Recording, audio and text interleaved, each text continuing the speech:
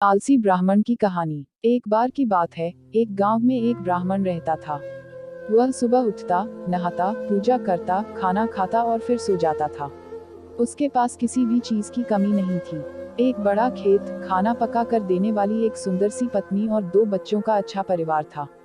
सब कुछ होने के बाद भी ब्राह्मण के घर वाले एक बात से बहुत परेशान थे। वो बात यह थी कि ब्राह्मण बहुत आलसी था। वो कोई भी काम खुद नहीं करता था और दिन भर सोता रहता था।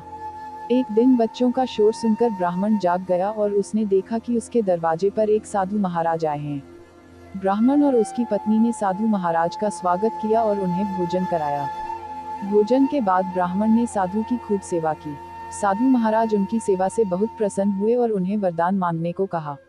ब्राह्मण ने वरदान मांगा कि मुझे कोई भी काम न करना पड़े और मेरी जगह कोई और मेरा काम कर दे।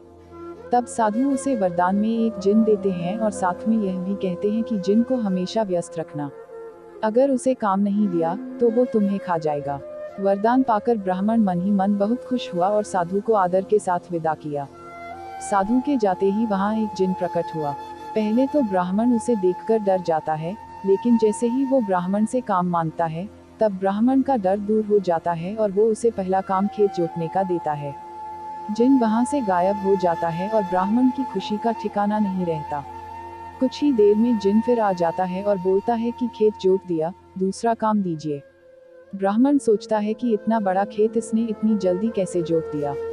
ब्राह्मण इतना सोच ही रहा था कि जिन बोलता है कि जल्दी मुझे काम बताओ, नहीं तो मैं आपको खा जाऊंगा। ब्राह्मण डर जाता है और बोलता है कि जाकर खेतों में सिंचाई करो। जिन फिर वहां से गायब हो जाता है और थोड़ी ही देर में फिर आ जाता है। जिन आकर बोलता है कि खेतों की सिंचाई हो गई, अब अगला काम बताए। ब्राह्मण एक एक कर सभी काम बताता जाता है और जिन उसे चुटकियों में पूरा कर देता है। ब्राह्मण की पत्नी यह सब देख रही थी और अपने पति के आलसीपन पर चिंता करने लगी। शाम होने के पहले ही जिन सभी काम कर देता था। सब काम करने के बाद जिन ब्राह्मण के पास आ जाता और बोलता कि अगला काम बताए, नहीं तो मैं आपको खा जाऊंगा।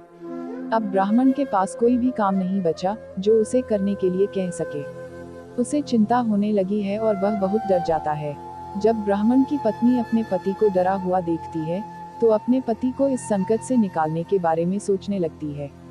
वह ब्राह्मण से बोलती है कि स्वामी, अगर आप मुझे वचन देंगे कि आप कभी आलस नहीं करेंगे और अपने सभी काम खुद करेंगे, तो मैं इस जिन को काम दे सकती हूँ। इस पर ब्राह्मण सोचता है कि पता नहीं यह क्या काम देगी। अपनी जान बचाने के लिए ब्राह्मण अपनी पत्नी को वचन दे देता है। इसके बाद ब्राह्मण की पत्नी जिन से बोलती है कि हमारे यहाँ एक कुत्ता है, तुम जाकर उसकी पूंछ पूरी सीधी कर दो। याद रखना, उसकी पूंछ एकदम सीधी होनी चाहिए। जिन बोलता है कि अभी यह काम कर देता हूँ। यह बोलकर वह वहाँ से चला जाता है। लाख कोशिश के बाद भी वह कुत्ते की पूंछ सीधी नहीं कर पाता और हार मान लेता है। हारकर जिन ब्राह्मण के यहाँ से चला जाता है।